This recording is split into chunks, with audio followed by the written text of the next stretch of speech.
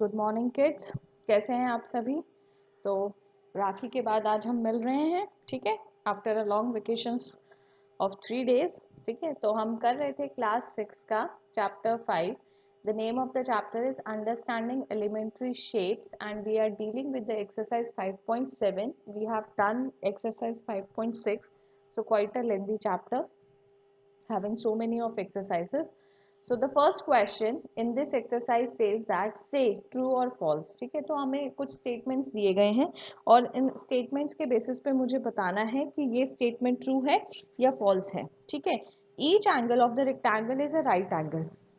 ठीक है, तो मैं जैसे कोई भी rectangle बनाती हूँ, ठीक है, रेक्टेंगल बनाया तो ये जो एंगल है सभी एंगल्स 90 डिग्री के होते हैं। हाँ भाई, बिल्कुल सही 90 डिग्री के होते हैं, तो ये क्या हो जाएगा? ट्रू। ठीक है, the opposite sides of the rectangle are of equal length. तो जो अपोजिट साइड्स हैं, ये वाली साइड और ये वाली साइड, हाँ भाई इक्वल है। ये वाली साइड और ये वाली साइड भी आपस में इक्वल है। हाँ, ये भी इक्वल है, तो this is also true. Opposite sides जो हैं वो इक्वल है। The diagonals of the square are perpendicular to each other. ठीक है, तो स्क्वायर बना लेते हैं। स्क्वायर वो है जिसकी चारों साइड्स बराबर होती हैं और ये जो है 90 डिग्री का। हाँ, so this is also true.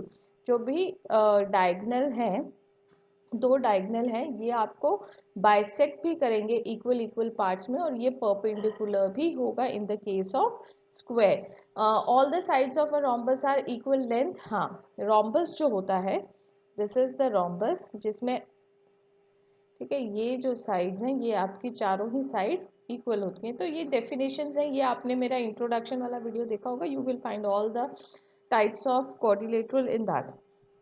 ठीक है, नेक्स्ट है all the sides of a parallelogram are of equal length. तो पैरेललोग्राम की सभी साइड्स का इक्वल लेंथ होना ज़रूरी नहीं है। अपोजिट साइड्स तो इक्वल हैं, ये अपोजिट साइड्स तो इक्वल है, बट चारों साइड्स आपस में इक्वल नहीं है। So this statement is false. ठीक है, the opposite sides of a parallel of a trapezium is parallel. ठीक है, तो ट्रेपेजियम बनाते हैं, ये ट्रेपेजियम है। अब कह रहा है कि ट्रेपेजियम की जो अपोजिट साइड्स हैं वो पैरेलल होंगी। ठीक है, तो भाई ये दोनों साइड तो पैरेलल है, पर ये जो साइड है ये तो पैरेलल नहीं है, ये तो आगे कहीं जाकर मीट कर जाएंगी। तो this statement is also false. Trapezium में only one pair of opposite sides is equal, the another pair of opposite sides are not equal. ठीक है, नेक्स्ट पे चलते हैं क्वेश्चन नंबर 2। क्वेश्चन नंबर 2 क्या कह रहा है? A square can be thought of a special rectangle. क्या किसी भी स्क्वायर को मैं स्पेशल रेक्टेंगल सोच सकती हूँ?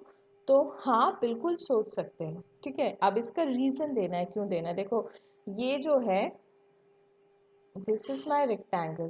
ठीक है, अब रेक्टेंगल में सभी एंगल्स कैसे होते हैं? 90 डिग्री के होते हैं। अब ये मेरे पास एक स्क्वायर है, स्क्वायर में भी सभी एंगल्स कैसे होते हैं? 90 डिग्री के होते हैं। इसमें दो साइड्स अपोजिट साइड्स इक्वल होती है, इसमें अपोजिट साइड्स भी इक्वल होती हैं। इसमें ये अब इसमें क्या स्पेशल क्वालिटी है कि इसमें 4 साइड्स इक्वल है, चारों साइड ही इक्वल है। तो सभी स्क्वायर जो है वो रेक्टेंगल तो हो सकता है, पर सभी रेक्टेंगल जो है वो स्क्वायर नहीं हो सकता। तो स्क्वायर क्या हो जाएगा? एक स्पेशल काइंड ऑफ रेक्टेंगल जिसमें कि चारों साइड्स आपस में इक्वल हो जाए। ठीक है, चारों साइड्स आपस में इक्वल हो जाए। इतना समझ आया? तो अब आंसर में क्या लिखना है वो पढ़ लेते हैं। A rectangle in which all the interior angles are of the same measure, that is 90 degree, and only the opposite sides of a rectangle are of the same length, whereas in a square all the interior angles are 90 degree and all sides of the square are of the same length। ठीक है, तो कह रहे हैं कि interior angle rectangle के जितने भी होते हैं सब 90 डिग्री के होते हैं और अपोजिट साइड जो है वो सेम लेंथ की होती है। बट स्क्वायर में क्या होता है? सारे इंटीरियर एंगल्स 90 डिग्री के होते तो हैं एंड स्क्वायर की सभी साइड्स जो है वो बराबर होती है। तो rectangle with all the sides equal, कोई भी ऐसा रेक्टेंगल जिसकी चारों साइड्स बराबर हो उसको हम क्या कहेंगे? इसको हम स्क्वायर कहेंगे। तो जो स्क्वायर है वो क्या हो जाएगा? Special kind of rectangle. ठीक है इतना? नेक्स्ट पे चलते हैं। A rectangle can be thought of a special parallelogram, so this is also true. अब देखो रेक्टेंगल तो ऊपर बना हुआ है, पैरेललोग्राम और बना लेते हैं। अब पैरेललोग्राम की प्रॉपर्टी क्या होती है, अपोजिट साइड्स इक्वल होते हैं। तो रेक्टेंगल में भी अपोजिट साइड्स जो हैं वो इक्वल होती हैं, ठीक है। और क्या होता है, और जो होता है तीनों का सम, सभी चारों एंगल्स का सम 360 होता है। अपोजिट एंगल्स इक्वल होते हैं पैरेललोग्राम में, ये वाला एंगल और ये वाला एंगल इक्वल होगा। तो इसमें तो भाई चारों ही एंगल इक्वल हो जाते हैं, है ना। तो क्या यही चीज लिखनी है अब हमने, in a parallelogram opposite sides are parallel and equal. In a rectangle opposite sides are parallel and equal. Interior angles of a rectangle are of same measure, that is 90 degree. So a parallelogram with each angle as right angle, that becomes a rectangle, that becomes a rectangle, ठीक है। यहाँ पर rectangle आएगा, ये square नहीं आएगा। Therefore rectangle is a special parallelogram, जो भी रेक्टेंगल है वो क्या हो जाएगा, स्पेशल पैरेललोग्राम हो जाएगा, ठीक है।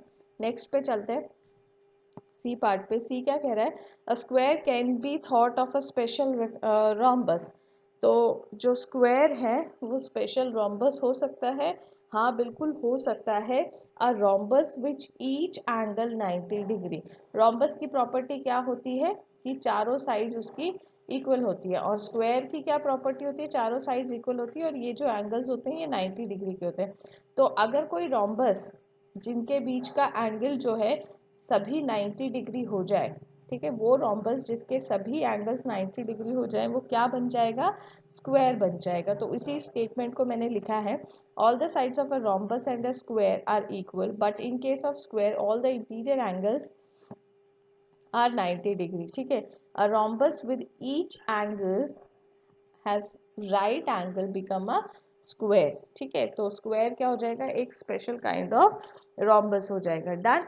अब नेक्स्ट पे चलते हैं डी पे। Squares, rectangles, parallelograms are all quadrilaterals, ठीक है। तो स्क्वायर जो है, रेक्टेंगल है, पैरेललोग्राम है, ये सब क्या है, क्वाड्रिलेटरल्स हैं। तो क्वाड्रिलेटरल्स का डेफिनेशन हमने पढ़ा था स्टार्टिंग में, any closed figure having 4 sides and 4 vertexes. तो इन सब में ही 4 साइड है और 4 ही वर्टेक्सेस हैं, तो ये सब क्या हो जाएंगे, क्वाड्रिलेटरल हो जाएंगे, ठीक है।